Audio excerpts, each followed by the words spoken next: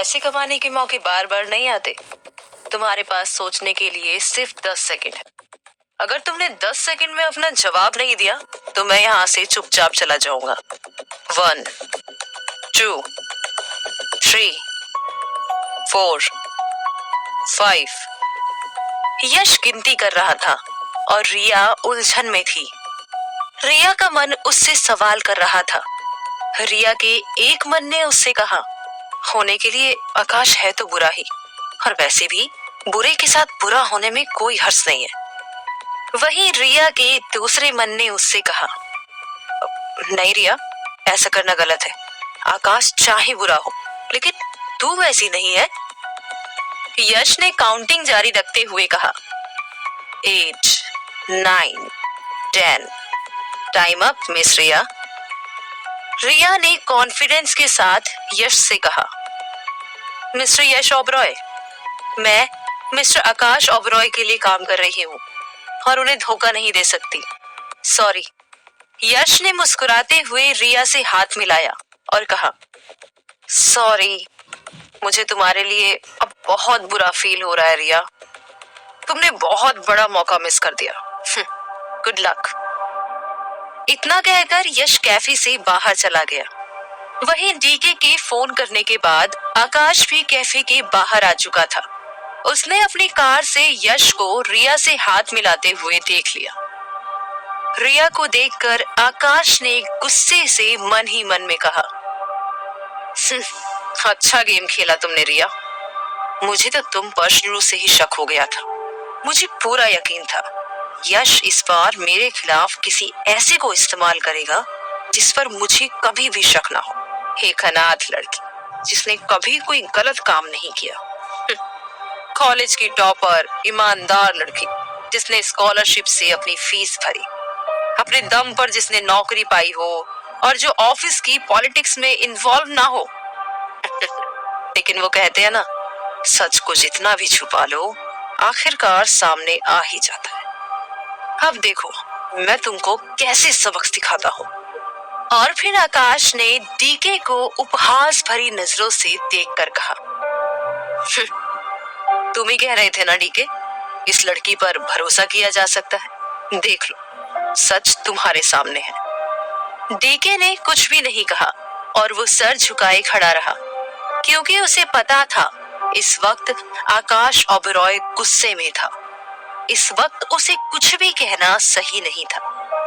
वहीं कैफे में गिन्नी ने पीछे से आकर रिया को जोर से पकड़ लिया। यश से मिलकर रिया एक पल के लिए भूल गई थी कि वो गिन्नी के साथ लंच के लिए आई हुई थी।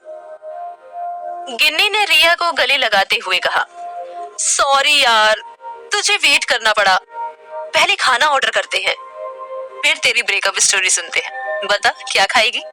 गिन्नी ने एक्साइटमेंट में रिया से कहा, यार उस लड़के को देखकर मेरी भूख प्यास सब मिट गई। कितना हैंडसम था वो, जल्दी बता कौन था? गिन्नी को देखकर रिया चौंक गई और उसने कहा, गिन्नी, अभी 10 मिनट पहले फोन पर तो ब्रेकअप की वजह से रो रही थी और अभी नए लड़के के बारे में पूछने लग गई। गिन्नी ने तुरंत जवाब देते हुए कहा, रिया कपूर, नई नई डिश टेस्ट करने में मजा ही अलग है, लेकिन तू नहीं समझेगी। तूने तो आकाश ओबरॉय के नाम की एक ही डिश चखी है, वो भी कड़वी। खैर छोड़, बता ना वो लड़का कौन था? रिया ने गिन्नी से कहा, गिन्नी, जिस लड़के की तू बात कर रही है ना, वो लड़का तेरी, मेरी और हम सब की औकात से बाहर है। वो कंपनी का जूनियर मैनेजिंग डायरेक्टर यश ओबरॉय है।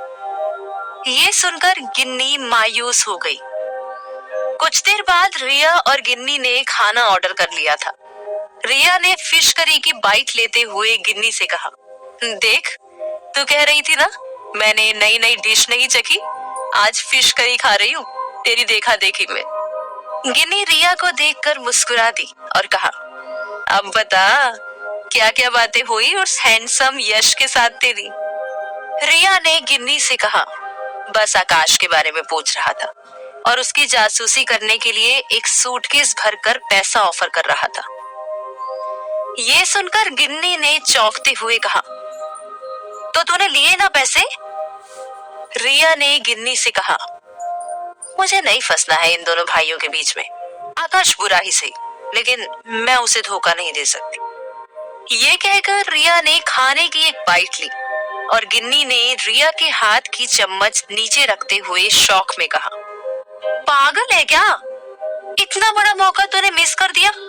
अरे कौन सा आकाश की भलाई करके तुझे कुछ मिलने वाला है? लेकिन रिया ने गिन्नी से कहा, गिन्नी, मुझे ऑफिस में कुछ ना करने के लिए ठीक ठाक सैलरी दे रहा है आकाश ओबेरॉय। उसे पता लगा कि मैं उसकी जासूसी कर रही हूँ ना, तो वो मुझे तड़पा तड़पा कर टॉर्चर करेगा। अरे दिमाग से बीमार है वो। मुझे तो समझ ही नहीं आता, ऐसे इंसान को इतनी बड़ी कंपनी की जिम्मेदारी क्यों दे दी गई है? तभी किसी ने पीछे से कहा, तो तुम बताओगी मुझे कंपनी की जिम्मेदारी देनी चाहिए या नहीं? जैसे ही रिया ने पीछे आकाश को देखा, रिया के पांव तले जमीन खिसक गई। डर से उसके गले में फिश अटक गई। आकाश रिया को देखकर मुस्कुरा रहा था। वहीं गिन्नी ने रिया को पानी दिया, लेकिन रिया के गले से फिश बाहर नहीं निकली। रिया की आंखों से आंसू आने लगे और आकाश समझ गया कि सिचुएशन सीरियस है। आकाश ने गिन्नी की तरफ देखकर कहा, इसे पास के क्लिनिक लेकर जाओ। गिन्नी रिया को हाथ का सहारा देकर कैफे के बाहर ले जाने लगी। रिया को अपनी भीगी आंखों से नजर आ रहा था कि कैफे में सब उसे देखकर हंस रहे थे। आकाश वहां से सीधा अपने ऑफिस आ गया। उसने अपने ऑफिस में बैठे बैठे कमरे की लाइट धीमी कर ली। उसने अब अपनी आंखें बंद कर ली थी।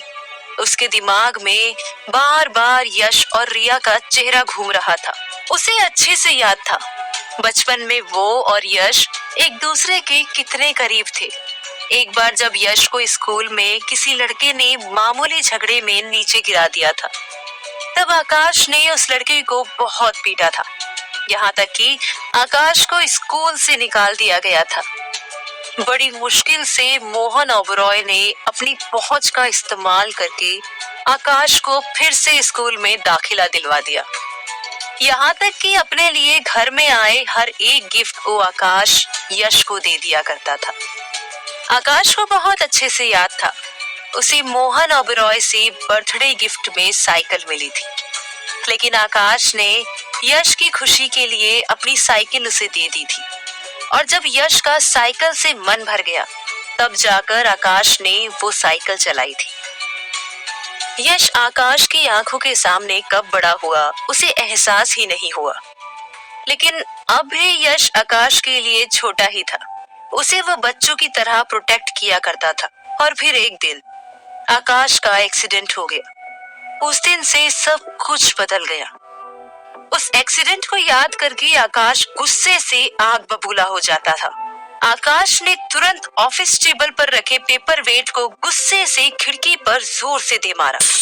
खिड़की का कांच बिखर कर टूट गया। तभी डीके अंदर आया। कमरे में कांच बिखरा देखकर डीके समझ गया था कि आकाश गुस्से में है। डीके जानता था कि इस वक्त आकाश को कुछ भी बोलना सही नहीं है, लेकिन डीके ये भी जानता था कि आकाश से बात करके ही वो शांत हो सकता था। डीके ने असहज होकर धीरे से उससे कहा, सर, मैंने पता कर लिया है। रिया को यश के सफर कैफे में आने का बिल्कुल भी नहीं पता था। मैंने रिया के पुराने ग्रुप से भी पता किया है। उन्होंने बताया कि रिया आज तक यश से कभी नहीं मिली। ये सुनकर आकाश ने असमंजस में डीके से नजरें मोड़ ली। डीके ने आकाश से कहा, सर, मुझे लगता है आपको हॉस्पिटल जाना चाहिए। वहीं हॉस्पिटल में इमरजेंसी वार्ड में डॉक्टर ने रिया के गले में अटकी फिश को निकाल दिया था। हॉस्पिटल के बेड पर लेटी रिया ने डॉक्टर से कहा, डॉक्टर, आज के बाद जिंदगी में कभी फिश खाने की बात तो दूर, मैं कभी देखूंगी भी नहीं। ये सुनकर गिन्नी और डॉक्टर दोनों हंस दिए और फिर डॉक्टर वहां से चली गई। गिन्नी ने रिया को देखकर कंसर्न के साथ कहा, आई एम सॉरी यार, अगर मुझे पता होता फिश खाने की ये सजा होगी तो मैं ऑर्डर ही नहीं करती। रिया ने तुरंत कहा, ये मुझे फिश खाने की नहीं, मुंह से कुछ भी और कहीं भी बोलने की सजा मिली है। इस बात पर रिया और गिन्नी दोनों हंस दिए। रिया ने थोड़ा सीरियस होकर गिन्नी से कहा, यार, मेरा मन कहता है ये आकाश ओबेरॉय बुरा इंसान नहीं है। मुझे लगता है आकाश के साथ कुछ ना कुछ तो जरूर हुआ है, जिसकी वजह से वो किसी पर भी भरोसा नहीं करता। वो मुझे बार बार परखने की कोशिश करता है, इसीलिए आज वो मेरे पीछे पीछे कैफेटेरिया में आया। इस बात पर गिन्नी ने रिया से कहा, अगर सच में ऐसा है तो आज नहीं तो कल उसे तुझ पर भरोसा हो ही जाएगा। वही हॉस्पिटल के रिसेप्शन पर डीके पहुंच गया था। डीके ने वहां रिया के बारे में पूछा। रिसेप्शनिस्ट ने लापरवाही के साथ डीके से कहा, आप वेट कीजिए। तभी आकाश ने रिसेप्शनिस्ट का गला पकड़ लिया। रिसेप्शनिस्ट की सांसें बंद हो गई और वो खांसने लगा। आकाश ने गुस्से से कहा, ठीक ऐसे ही दर्द हो रहा था उस लड़की को भी। अभी ठीक ठीक बताओ मुझे, कहाँ एडमिट किया है उस लड़की को? और फिर आकाश ने रिसेप्शनिस्ट का कॉलर छोड़ दिया। रिसेप्शनिस्ट ने डरते डरते कॉन्फ्रेंस कॉल की और रिया कपूर के बारे में पता करके आकाश को इमरजेंसी वार्ड का पता बता दिया। डीके और आकाश दोनों इमरजेंसी वार्ड में घुस गए। आकाश को देखकर रिया असहज हो गई। आकाश ने रिया से नजरें मिलाकर सख्त लहजे में कहा, रिया कपूर, तुम्हें एक फ्री की सजेशन देता हूँ। कभी भी खाना खाते वक्त मुंह सिर्फ खाना खाने के लिए चलाना चाहिए, ना कि फालतू की गॉसिप्स के लिए। रिया ने मन ही मन कहा, अगर तुम जासूसों की तरह मेरा पीछा नहीं करते ना, तो शायद मैं यहाँ नहीं होती। सब कुछ तुम्हारी वजह से हुआ है मिस्टर ओबेरॉय।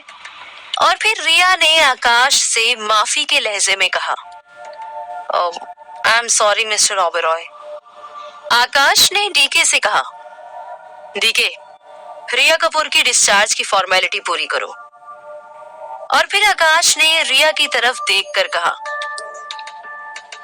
रिया कपूर, मैं ऑफिस में वेट कर रहा हूं तुम्हारा। इतना कहकर आकाश वहां से चला गया। आकाश की बात सुनकर गिन्नी और रिया दोनों चौंक गए। रिया ने मन ही मन कहा, आखिर क्या चीज है ये आकाश ओबेरॉय? अगर इसे मुझे ऑफिस ही बुलाना था, ये बात तो फोन पर भी कर सकता था। मुझे देखने के लिए उसे हॉस्पिटल आने की क्या जरूरत थी? रिया ने तभी डीके की तरफ देखा। डीके समझ गया कि रिया के मन में क्या चल रहा है। डीके के मन में रिया के लिए उसी वक्त से सहानुभूति थी जब वो उससे पहली बार मिला था। वो तो बस आकाश के ऑर्डर को फॉलो कर रहा था। डीके को जब पता लगा कि रिया ने ही आकाश से शादी की है, तो डीके को महसूस हुआ कि रिया शायद आकाश को बदल सकती है और उसकी जिंदगी के खालीपन को भर सकती है। डीके ने रिया से कहा, मिस रिया, सर आपका हालचाल जानने ही हॉस्पिटल आए थे। मैं आपके डिस्चार्ज की फॉर्मेलिटी पूरी कर देता हूँ। ये कहकर डीके वहां से चला गया। हॉस्पिटल से बाहर आकर अपनी कार में बैठे आकाश के मन में अलग ही उदासी छाई हुई थी। ये उदासी शायद इसलिए थी कि आज आकाश वो हो गया था जो वो पहले कभी नहीं था। उसकी आंखें गीली होने वाली थी, लेकिन उससे पहले ही कोई उसे देख लेता, आकाश ने अपने सनग्लासेस लगा ली। आकाश ने गौर किया कि उसका ड्राइवर उसे शीशे में देख रहा था। आकाश ने गुस्से से ड्राइवर से कहा, तुम्हें मुझे देखने के पैसे नहीं देता हूं मैं, कार स्टार्ट करो जल्दी।